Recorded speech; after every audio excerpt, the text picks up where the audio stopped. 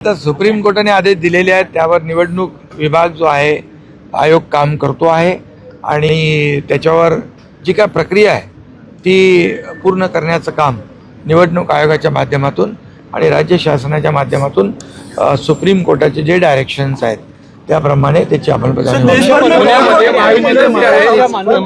राष्ट्रवादीला 3 प्रभाग हवेत, शिवसेनेला 4, भाजपला 4. मग हेच मतभेद आहे. नाही, आता सुप्रीम कोर्टाचे आदेश आहेत की 2022 पूर्वीची जी परिस्थिती आहे त्याप्रमाणे निवडणुका झाल्या पाहिजे, त्याप्रमाणे जे काय आदेश आहेत सुप्रीम कोर्टाचे ते पालन केले.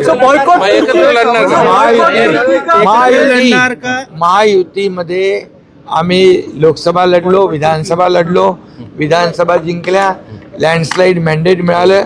आता आमची जिम्मेदारी आणखी वाढलेली आहे, त्यामुळे येणाऱ्या स्थानिक स्वराज्य संस्थांच्या निवडणुका पण महायुती लढेल आणि महायुती